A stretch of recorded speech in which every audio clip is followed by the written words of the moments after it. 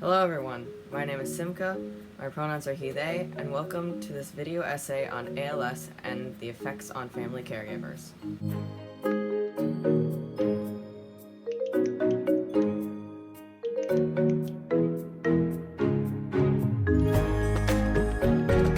To start off, I've been gathering the research for this project for several months, and this video essay will be mainly directed towards ALS patients, family caregivers, family, and friends. Now to go over the basics. ALS stands for amyotrophic lateral sclerosis, and is a type of neurological disease that affects mostly motor neurons to degenerate over time. According to the ALS Association, ALS is a, quote, progressive neurodegenerative disease that affects nerve cells in the brain and spinal cord. This basically means that over time, ALS patients will lose function of their motor neurons, the neurons that control movements of the muscles both voluntarily and involuntarily, all across the body. The loss of movement and muscle control can cause ALS patients to not be able to walk or move, talk, orally eat or drink, or even breathe. ALS is also a disease that progresses over time, meaning that patients may have an onset of symptoms for months to years before diagnosis or death.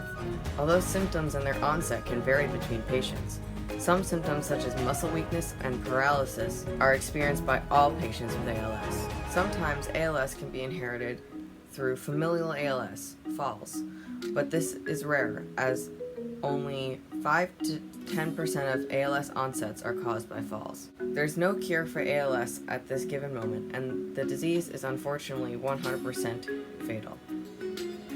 There are some treatments, including DNA and genetic therapy treatments that a recent study from the University of California, San Diego has shown, but these only delay or slow progression, not fully cure it at this point in time.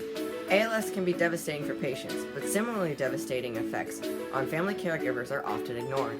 Family caregivers, often also referred to as informal caregivers, are usually a family member of a patient who's been trained by professional doctors, nurses, or other caregivers to be able to help care for the family member patient when a professional caregiver cannot be around, such as overnight or at home. Family caregivers could be caring for a chronically ill family member who needs some amount of care all the time but will live for a while, or could be caring for a terminally ill family member who needs care regularly because of the eventuality of dying. When family caregivers are caring for someone with ALS, that can often take a toll on family caregivers in many ways, even more than family caregivers of family members with other chronic or terminal illnesses. These effects are of various different categories, such as mentally, due to having to care for a dying family member, physically, due to moving around a family member, emotionally, due to the progressive nature of ALS in the family member, and psychologically, due to all other factors combined. In the mental category, a study that used various survey metrics, such as the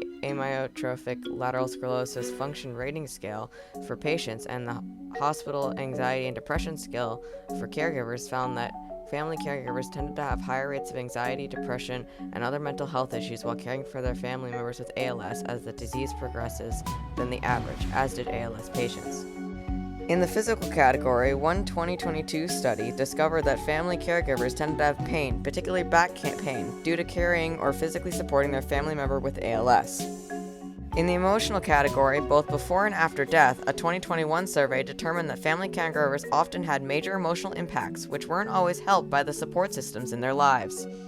In the psychological category, a 2004 survey gathered data to support that family caregivers had psychological concerns and some psychological effects from the stress of caring for their family members.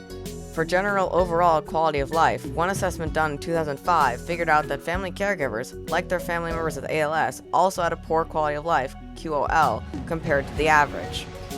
Other family members can also be affected, as can friends, even if just visiting every so often or hearing news of updates.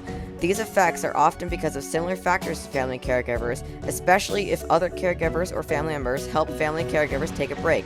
But more often than not, the mental and emotional effects can be most prominent because of how ALS progresses and the mortality rate of the disease. The whole reason I'm sharing and presenting this information is because of my uncle caring for my aunt. My uncle's story about caring for my aunt is just another example of ALS affecting family caregivers. It is anecdotal, but research backs up a lot of the experiences he's had and the challenges he's faced by caring for my aunt. I interviewed my uncle to share his insights as a family caregiver. So here is my Uncle Billy Grant on more about caring for my Aunt Patty. So 2018, I remember at first she was laughing at it. I think she was trying to laugh off what was going on. Just slowly, I started to notice that this lady who is that and usually could outdo me, I started to, and then she didn't want to play a couple games like physically, and that kind of confused me. There was something going on. So I was having anxiety about that. I kept asking her every day, "Are you feeling better? Are you feeling better?" The summer got long, and then she slowly started to not be able to walk. It was her left side. Her left side was always the first indicator. Her left foot started to not be able to listen to her. I got her a scooter to help her get from her car to her work because it was taking her too long to walk it. And if I knew now what I knew then, I would have spent a little money for a seated one. But Patty, being Patty, took off like a great vape on the first time using it. And then she took a spill and broke her foot in half. And that was the last time she ever walked. And that still makes me feel bad. So I got rid of that thing as quick as I could. I wanted to break it. We got pushed towards Dr. Rada in Mass General. And at the time I was doing my work and I was working 40 hours a week. And on top of that, Patty was trying to work and she was struggling, and I was worried every day I'd get up and I started to do things with the dogs in the morning to make sure that they were taken care of before I went to work. And then hopefully she got up and she can deal with them. And I was starting to have all these anxiety attacks because she was starting to slowly get worse and worse. And then this awful day, January 28th, 2021, I get a phone call from Hunter at noon. I'm at work. And he goes, "Dad, Mom's been on the floor. She fell. She's been on the floor for 5 hours. I got her up, but she doesn't look well." So I told my work I have to go. That was the last day I worked. I got home and she was in a bad place. She was in a really bad place. She had not been telling me she hadn't eaten in 48 hours. She also hadn't told me she hadn't slept in 48 hours. And then we're at the hospital. Now, of course, this is peak COVID, so I couldn't be in the emergency room with her. And that sucked. I felt lost. And they came out, and that's when they told me that she had ALS. I was able to talk to Dr. Rada. That was the day of confirmation. So a lot of crying that day. And that's when we came to grips with it. I took a leave of absence from work. Work was great. They kept me on their books for as long as they could, and then there was a point where I had to we had to go to the Boston a whole bunch because we were starting to figure out. We were trying to plan everything, but of course we were fighting everybody with COVID. People were scared to come over and to see or to help. I couldn't get any help because COVID. So it was a huge struggle that first beginnings. That's when I found out, like they told me, we weren't sure. I didn't know how much longer Patty had. I didn't know how fast this was going to progress. And, I was terrified out of my mind. And finally we got a call. We made a meeting with Dr. Rada to find out all the stuff that we were going to need to do and to get her and prepare. And that's when she made decisions that she wanted a feeding tube so that she could last longer after she stopped eating. So a lot of decisions were made that day. Then started the whole ball rolling and all the things I had to do. I couldn't go back to work. It was just, it was stupid hard. I was learning all the things and all the different pitfalls and the hurdles. And nobody, like all the damn medical people, don't believe she has ALS. And I had to almost get a lawyer to get help for that. And I had the awful luck. Patty had a diagnosable ALS. It's not everybody has that. With that, I was able to get a whole bunch of stuff because she was in a bad place, and then that kind of opened up the door with Mass Health. Well, during this time, we finally were trying to do all the stuff. I didn't know what to do, and then it was determined to put her on hospice. And then when hospice got into the fray, a lot of doors opened, and I didn't realize the help I would get when Patty was deemed to be in hospice. And in a way, I was happy that I was all of a sudden had a lot of help, a lot of things at my fingertips that I couldn't get before. Because Patty was in pain at the time, and I was was getting railroaded by a whole bunch of people about how they didn't want to give her pain stuff. I didn't know what to do because it was getting hard to get her anywhere. So we agreed, and that was a hard decision because she was on a drug that possibly was prolonging her life. I don't know if that was the right decision. That one will plague me. But I know that Patty was taken care of. And loved. So hospice now. Yep. Prepare for death. And Patty was on hospice for over a year. During that time, I'm not sure if you're aware of this one, but there was one night when she could still talk, and she was sick, and she was in her bed asking me to kill her over and over for 4 hours. Please kill me. Please kill me, Billy. Kill me. And I had to hold her as she begged me to kill her. I didn't know what to do. And that was probably really hard, especially psychologically. Really hard to not do that. I called in the cavalry. I called in everybody. And I said, Patty needs your support. I need your help. Patty's giving up. She's got a lot left in her. I don't want her to give up. Yeah. I don't want her to leave. So everybody came, and we all surrounded her with love. And she got through it. And then the next one was that she wanted to give up on food. And she asked me to stop feeding her. That was my first real breakdown with her, where I showed her me. I wasn't ready. I couldn't just not feed her. And I don't know if that's selfish or cruel. I said, you wanted a stomach thing, so you didn't have to make this decision. Let's figure out what's wrong. And I figured out what was wrong, which was her food was curdling in her stomach, and she was allergic to the food we were feeding her. So it's when I found Soylent Green, and that's what Paul paid for the last year that fed her. That helped, for sure. Yeah, it was a 400-calorie plant-based food. Gave as much as I could to her. She did lose weight, though. She lost half her mass. She went from 130 to, we believe, 60 pounds. And I watched her waste away. And every day I would help. And I see her get thinner and thinner and thinner.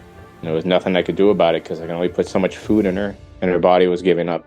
Well, imagine you can't move. You can't do anything. You are at somebody else's whim. So in order for Patty to get up, I had to lift her. In order for Patty to move, I had to push her or carry her. When she was bigger, that was more challenging because if I dropped her, that would be bad. And she fell several times before she got into a wheelchair. And one time she opened her head up, and that was a really sad day because it took a lot out of her. I was trying to give her space, but I should have been that. I was a nervous twit. And I was always so nervous when she was trying to do something.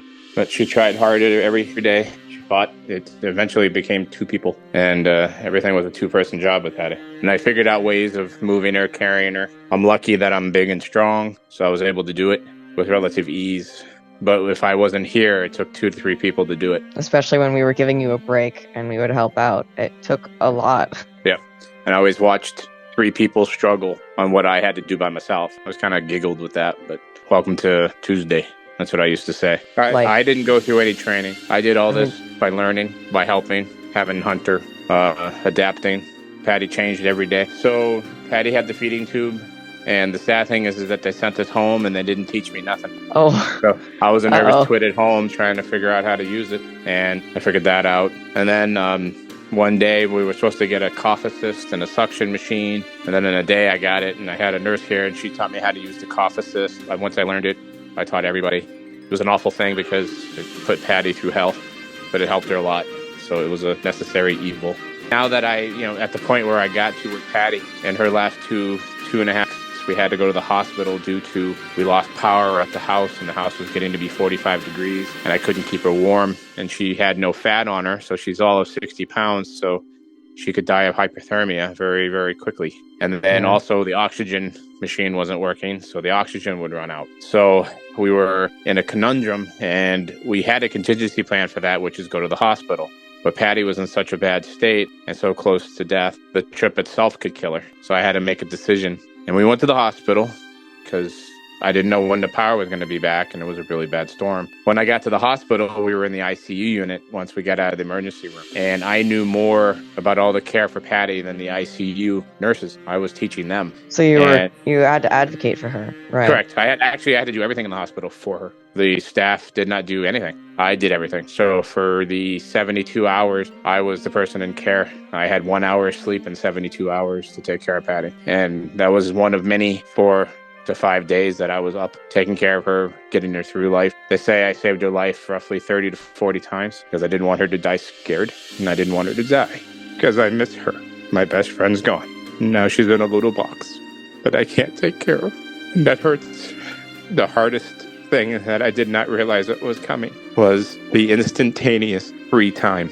I now have all the free time I need. I didn't see that coming. I thought that would be a relief. I thought that would be happiness. I thought that would help me. I did not realize it would cripple me. I now have moments at this house that are so alone, I don't know what to do.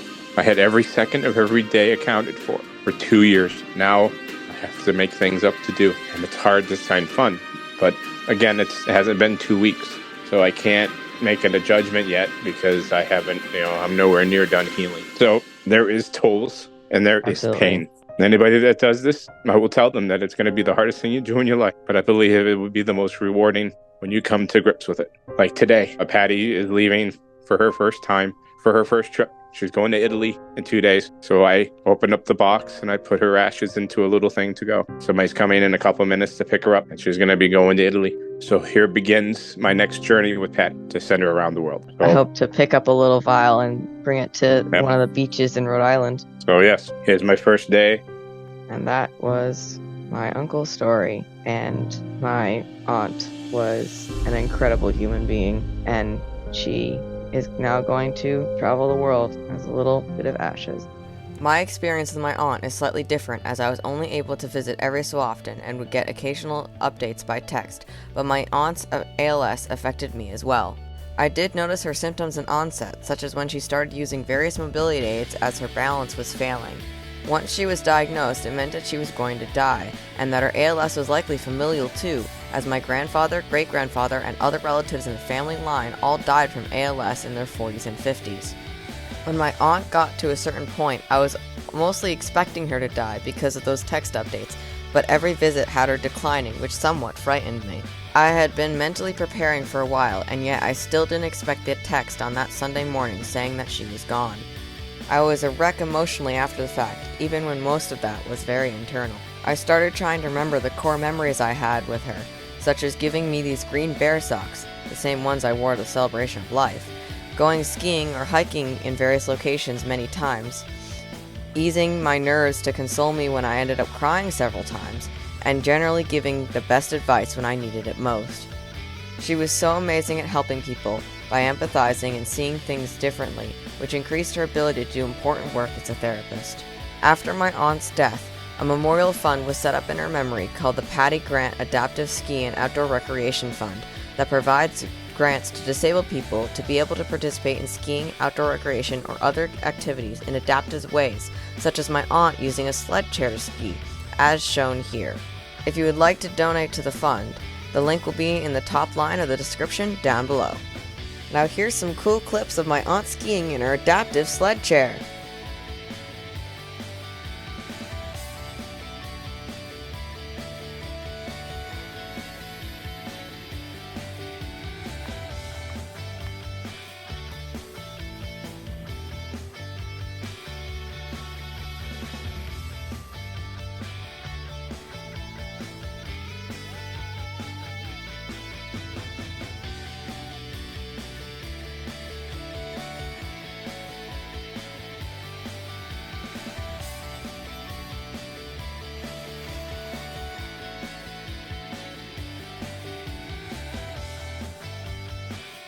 And that's it for this video essay. I hope you enjoyed the video. If you did, leaving a thumbs up would be greatly appreciated, or comment what you thought down below. My sources are cited in the description as well, and the full script and transcript is linked there too.